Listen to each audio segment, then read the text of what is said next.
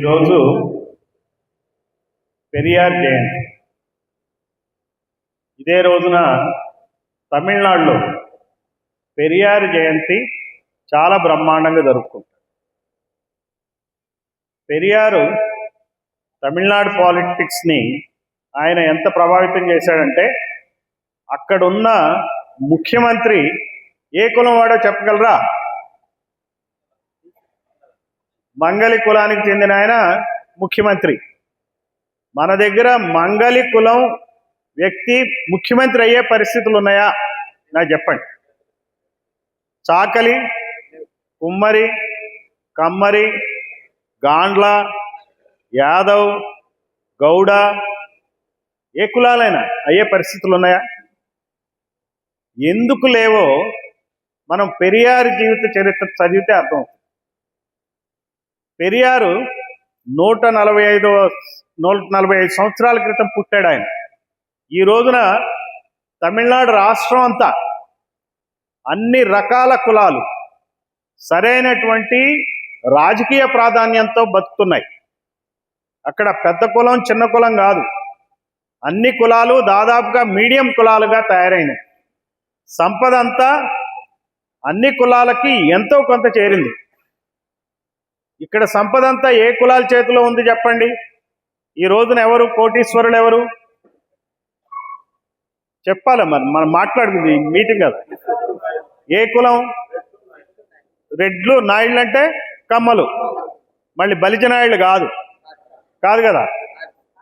So ఈ పెరియార్ ఏ నాయుడో తెలుసా మీకు? బలిజ నాయుడు. ఆయన ఇచ్చాడు మార్గదర్శకత్వాన్ని. ఆయన ఎక్కడ? ఉత్తరాంధ్రలో పుట్టాడు. ఆయన పూర్వీకులు మైసూర్ మహారాజ్ దాకా వెళ్ళారు. అక్కడ చూసి అక్కడి నుంచి చెన్నైలో ఈరోడ్లో ఆ కుటుంబం వస్తుంది, వాళ్ళ తండ్రి కుటుంబం వస్తుంది. అక్కడ వ్యాపారం చేస్తారు. ఆయన అప్పుడున్నటువంటి ఈ కుల వివక్షను చూసి స్పందించి అప్పుడు DMK party, DK party, DMK party, ADMK పార్టీలుగా మారతాయి. అన్నీ కూడా పెరియార్ ఐడియాలజీతోనే నడుస్తాయి. కానీ మన రాష్ట్రం ఏమైందో చూడండి. మన రాష్ట్రంలో పెరియార్ ఐడియాలజీతో ఒక పార్టీ పుట్టుకొచ్చింది. ఒక ఆయన రాష్ట్రం అంతా తిరిగాడు, ఆయన ముఖ్యమంత్రి అయ్యాడు. ఎవరు చెప్పండి? పెరియార్ ఐడియాలజీతో 1983లో ఎన్టీ రామారావు అక్కడ అన్నా పథకం అని చెప్పి కేజీ రూపాయికి ఇస్తే ఇక్కడ ఆయన కేజీ ₹2 ఇచ్చి ఆయన అధికారంలోకి వచ్చాడు. ఆ అధికారంలోకి వచ్చినటువంటి తెలుగుదేశం పార్టీ ఎవరి పార్టీ అని చెప్తారు చెప్పండి? కమ్మళ్ళ పార్టీ.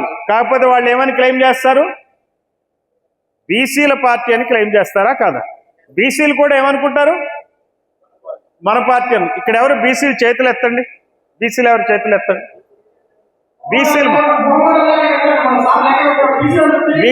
బీసీ అందరూ బీసీలేనా? కాదు, కొందరే ఉన్నారు. మరి బీసీలు చెప్పందే మనకు తెలియదు. అది బీసీలు చేయెత్తలేరా?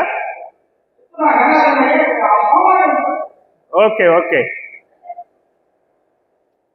ఎందుకంటే ఇది బీసీల గురించి పెట్టిన మీటింగ్.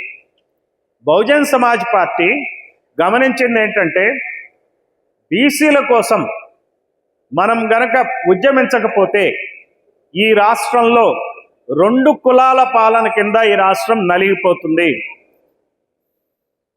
వాళ్లే 2 కులాల వాళ్లే ధనవంతులు అవుతారు, మిగిలిన వాళ్ళంతా వెనకబడిపోతారనే దృష్టితో పెట్టిన పార్టీ బహుజన్ సమాజ్ పార్టీ. ఆ ఉద్దేశంతోనే బీసీ అసెంబ్లీ నిర్వహిస్తున్నాం. మీకు వచ్చి ఈ రాజంపేట పార్లమెంట్ సెగ్మెంట్ ఉంది కదా, పార్లమెంట్లో ఎన్ని అసెంబ్లీ నియోజకవర్గాలు ఉన్నాయి చెప్పండి?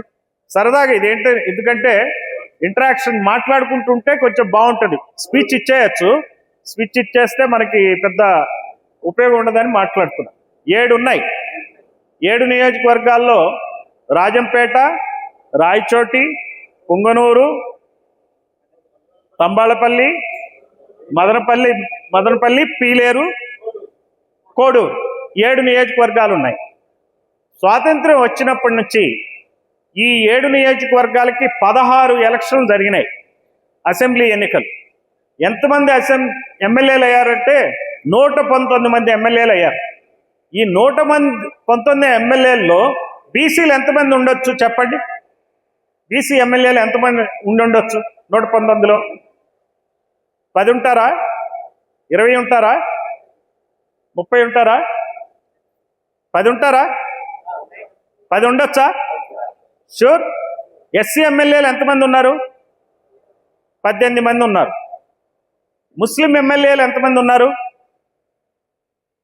ఎంతమంది అయ్యారు ఇప్పటి వరకు? 6 అయ్యారు ముస్లిమ్స్.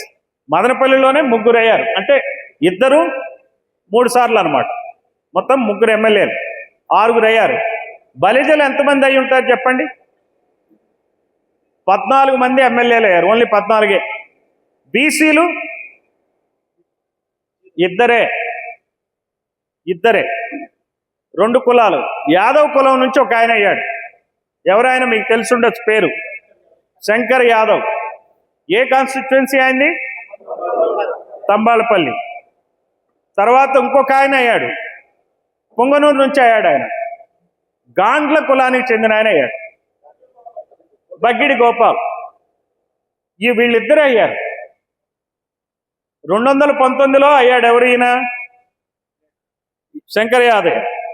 అంతేనా? 219 కదా? 14. 1983లో బగ్గిడి గోపాల్ అయ్యాడు. ఆ తర్వాత బీసీలు ఎవరు ఎమ్మెల్యేలు కాల. అంటే బీసీలు వదిలేసుకున్నారు రాజకీయాలను. గతంలో స్వాతంత్ర్యం వచ్చినప్పుడు బ్రాహ్మణులు 3 ఎమ్మెల్యేలు అయ్యారు. ఇప్పుడు బ్రాహ్మణులు ఎక్కడ కనపడట్లే మనకి. బ్రాహ్మణులకు సీట్లు ఇచ్చేవాళ్ళు కూడా లేరు. మన రాయలసీమలో నెల్లూరుతో కలిపి 63 నియోజకవర్గాలు ఉంటే ఒక్క బ్రాహ్మణ్ ఎమ్మెల్యే కూడా లేడు ఈ రోజున. అదే ఈ రాజంపేట అసెంబ్లీ సెగ్మెంట్లో 7 నియోజకవర్గాల్లో 16 ఎలక్షన్లో 119 మంది ఎమ్మెల్యేలు అయితే 3 బ్రాహ్మణులు ఉండే ఎప్పుడు స్వాతంత్ర్యం వచ్చిన.